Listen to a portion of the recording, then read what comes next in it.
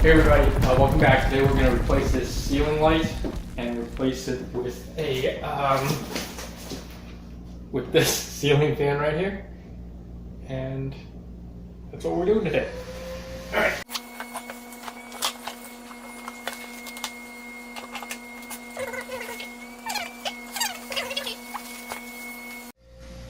Alright guys, upon opening the box, you're going to come across this piece right here. This is the bracket holding the fan onto the ceiling. This is probably the most important piece structurally, so be on the lookout for it. I'd like to backtrack on my comment earlier. This is perhaps the second most important piece, the most important piece being the electrical box that's bolted to the bottom cord of the truss, which carries the load of the entire structure. Alright, always work carefully and turn off the power at the source that I'm insulated, so do as I say, not as I do.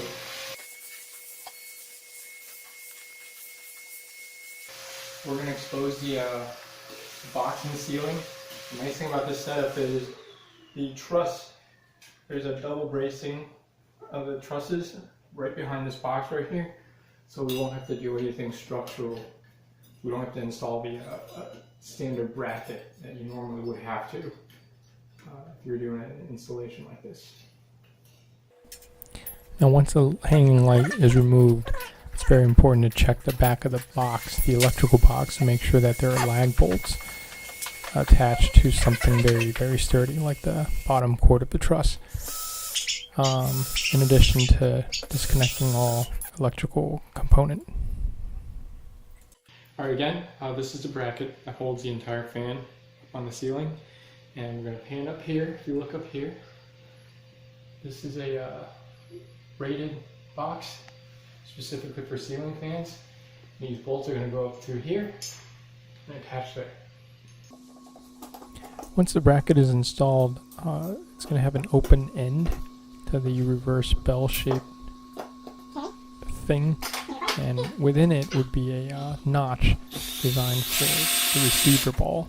So once you mount the fan, remember to latch it in to this notch.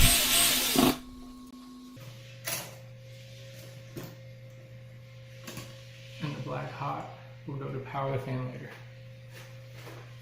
Alright, so attached is a stem that came with the fan. This is going to go on the hook that we just installed. This is the actual motor. This is where the fan blades go, and this is where the lights will go.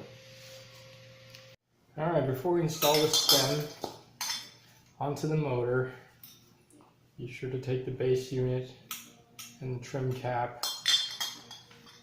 to put it on before you do anything else.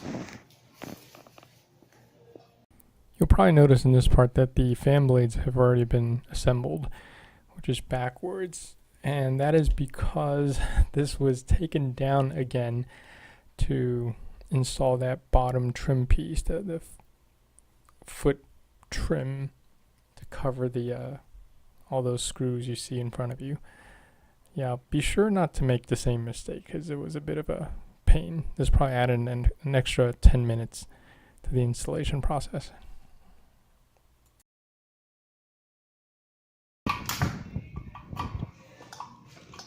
Ready? Alright, so now it's ready for mounting. Okay. Once this part is done, we're going to go to the fan paddles and install them.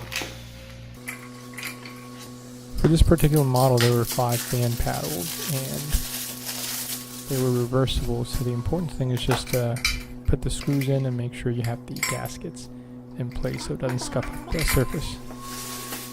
Yeah. Alright, before installing the fans, we're going to replace these motor blocks right here. Now, in retrospect, I'm thinking it would probably be easier to mount the body of the motor on the ceiling before mounting the fan blades, but as you'll see later, that it could be done either way, so it's a matter of preference than necessity. Okay, so if you notice that depending on how you want your room to look, it's reversible paddles. before we do that, make sure we have enough gaskets. 2, 4, 6. Yep. Now in this part we assembled all of the fan blades to its bracket and mounted it to the motor. It was rather tedious, so this next 20 seconds or so is probably not going to be that much fun to look at. But I wanted to illustrate the process regardless because, you know, it's a large component of the installation process.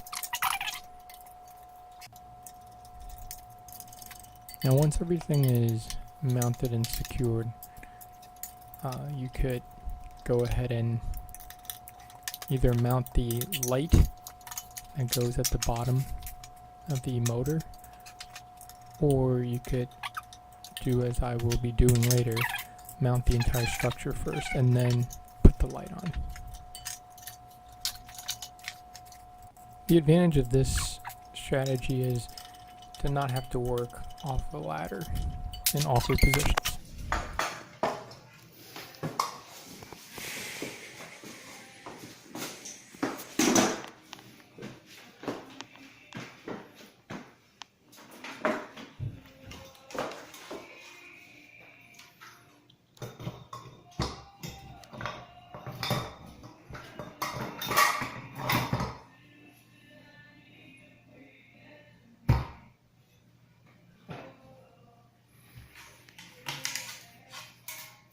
Okay.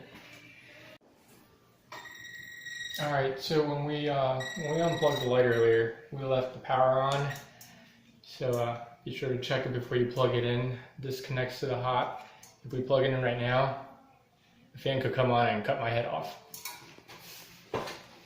So you just turn off the power and confirm that there's nothing coming through this box. Okay.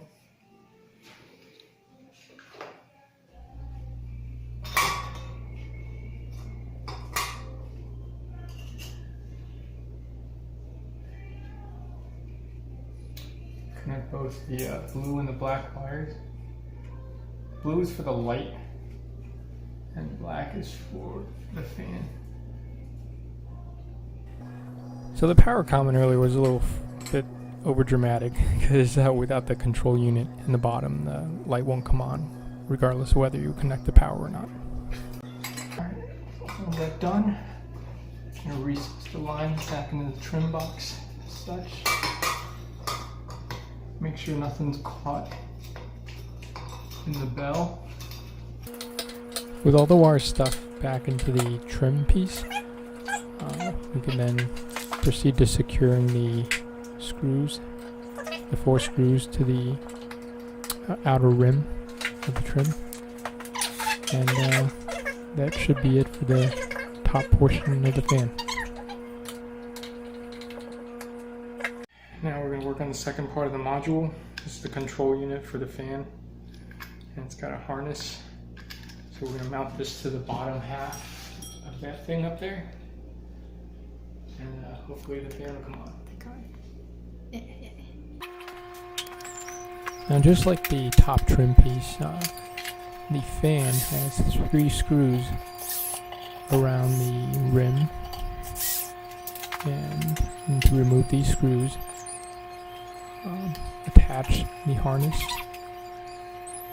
from the bottom piece to the top and line up the 3 holes on the light unit and reset the screws. It's a pretty straightforward procedure.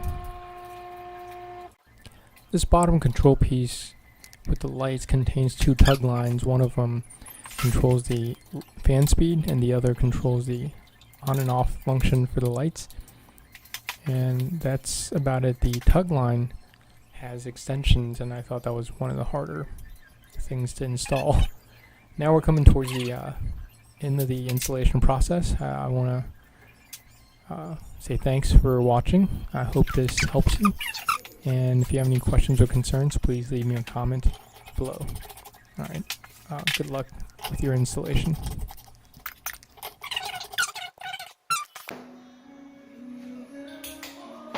好哈。Yeah. 哒哒。哒哒。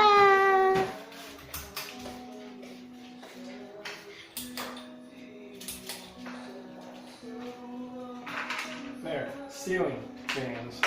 Easy. 你要做个 ending 吗？ Ending.